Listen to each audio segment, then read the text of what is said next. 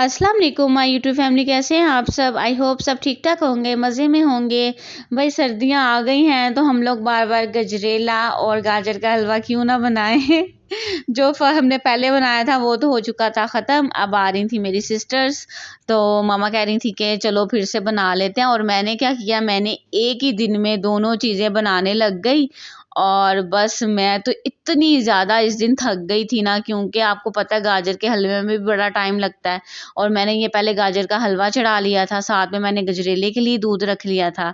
बस मैंने दोनों काम एक ही दिन में निपटाए और मुझे इतनी ज़्यादा थकन हो गई खड़े हो के।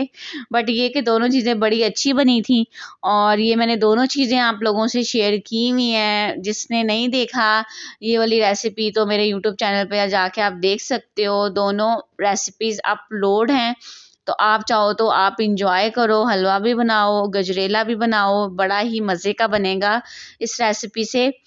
और बस अब ये यही था कि ये शाम का मैं ना मतलब खाना वाना अभी हमने नहीं पकाया था, ठीक है। ये 5-6 बजे का टाइम था, क्योंकि गैस चली जाती है हमारी रात को ना 9 बजे के बाद। तो उससे पहले मैंने बस सोचा था कि मैंने ये सारी चीज़ें डन करके रखनी है। और यहाँ पे भाई मुझे अब पैगाम आ गया था कि जल्दी से मुझे रोटी बना के दो, क्योंकि मेरे भाई को बड़ी भूख लग चुकी थी। और मैंने वहाँ से अब वो गजरेले वाला सीन पार्ट हटाया, दूध क्योंकि बॉयल हो चुका था। तो मैंने उसको फिर फटाफट से रोटी बना के दी और फिर मैंने साथ में वो गाजर के हलवे को देख रही थी। बस इसी तरह अगर कोई चीज़ चढ़ा दे ना, तो साथ साथ में हमें दूसरे भी जो रेगुलर काम होते हैं ना वो करने पड़ते हैं। चाहे वो रोटी हो, चाहे वो चाय हो, वो फिर साथ साथ हमें मैनेज करना पड़ता है। और बस मैं इसके लिए फिर ये रोटी बना रही थी, क्योंकि उसने रोटी खानी थी, उसको भूख लगी हुई थी। तो मैंने बस हटा के फिर फटाफट से उसको रोटी बना के दी। बस सर्दियाँ आ जाए ना, तो बस ना तो रूटीन का कुछ ख़ास पता चलता है और ना कोई काम करने को दिल चाहता है, क्योंकि आजकल तो ठंड ही बड़ी ज़्यादा है। तो बस यही चाहता है कि बस फटाफट से खाओ और बस बिस्तर में घुस जाओ। और अगर एक दफ़ा बिस्तर में बैठ जाओ ना, तो फिर निकलने को भी दिल नहीं चाहता। ये भी बड़ा मसला होता है सर्दियों में। किस किस के साथ ऐसा होता है। मैं तो बैठती नहीं हूँ कंबल में। जो मैंने फिर सुबह 12 बजे अगर हम लोग उठते हैं ना सो के, तो फिर ऑल टाइम रात तक हमने बस चल सो चल, चल सो चल काम ही करना होता है, लेटना नहीं होता बस। क्योंकि सुबह अगर लेट उठें तो फिर ना तो इतना टाइम मिलता है सोने का और ना फिर हम कोई दूसरा काम कर सकते हैं। बस जो घर के काम होता है ना वही मुश्किल से मैनेज होता है।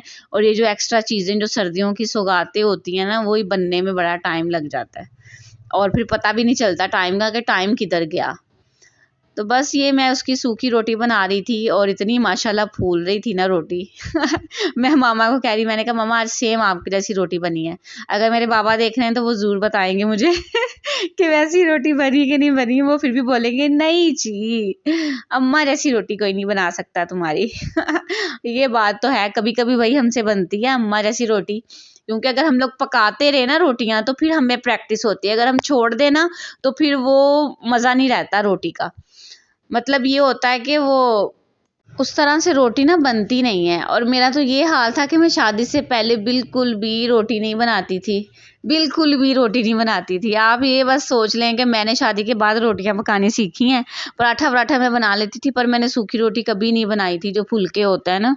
तो मैंने वहाँ पे जाके अपने ससुराल में ही उनको अपनी टेढ़ी मेढ़ी रोटियां खिलाई थी, ठीक है। और वहीं पे मैंने बनानी सीखी थी, क्योंकि मुझे ना पर्सनली तौर पर ना रोटियां बनाने का बिल्कुल भी शौक नहीं है। मेरा दिल ही नहीं चाहता रोटियां पकाने को।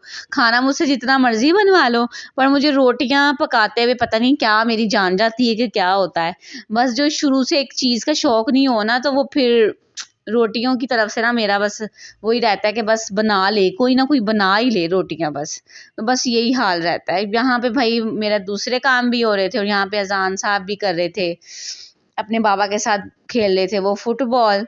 आज उनका बड़ा मूड हो रहा था और बाबा को कह रहा था कि बाबा आज मेरे साथ आपने खेलना है। बस यही कि बच्चों को भी भाई टाइम देना चाहिए। अगर बाबा बच्चों के फादर्स वगैरह अगर घर पे होते हैं, ठीक है, तो बच्चों को ज़रूर टाइम दो।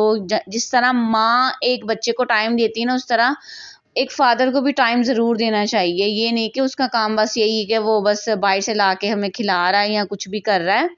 पर ये कि बच्चों को टाइम की भी बड़ी ज़रूरत होती है। अगर तो वो अब्रॉड रहते हैं या कहीं बाहर रहते हैं तो एक अलग बात होती है। और अगर एक पेरेंट घर में हो और बच्चों को टाइम ना दे, तो बच्चे बहुत ज़्यादा फील करते हैं ये बात भी।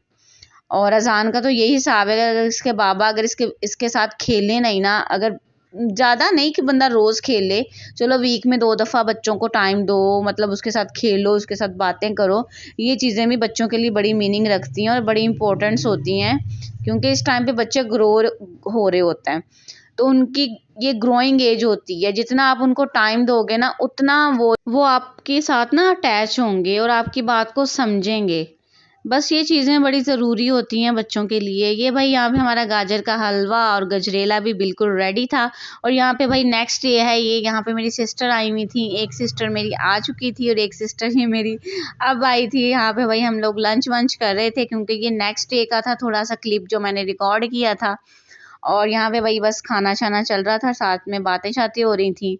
और काफ़ी टाइम बाद आई थी मेरी सिस्टर, और उसके लिए खाना वाना बनाया और सब इंजॉय कर रहे थे।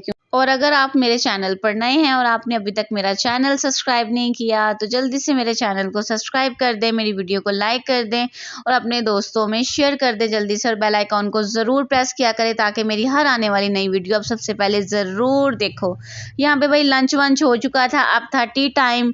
और टी टाइम तो सर्दियों में वैसे ही बड़ा ज़रूरी होता है, तो यहाँ पे मैं बना रही थी चाय, और अब हम सब चाय पियेंगे और साथ में भाई हम लोग थोड़े से लवाजमात खाएंगे, क्योंकि ये पफ वगैरह मंगवाए हुए थे, तो हम लोग साथ में ये खाएंगे और इंजॉय करेंगे। आप लोग भी सर्दियों में चाय पिया करो, कॉफ़ी पिया करो, पर ज़्यादा नहीं पिया करो।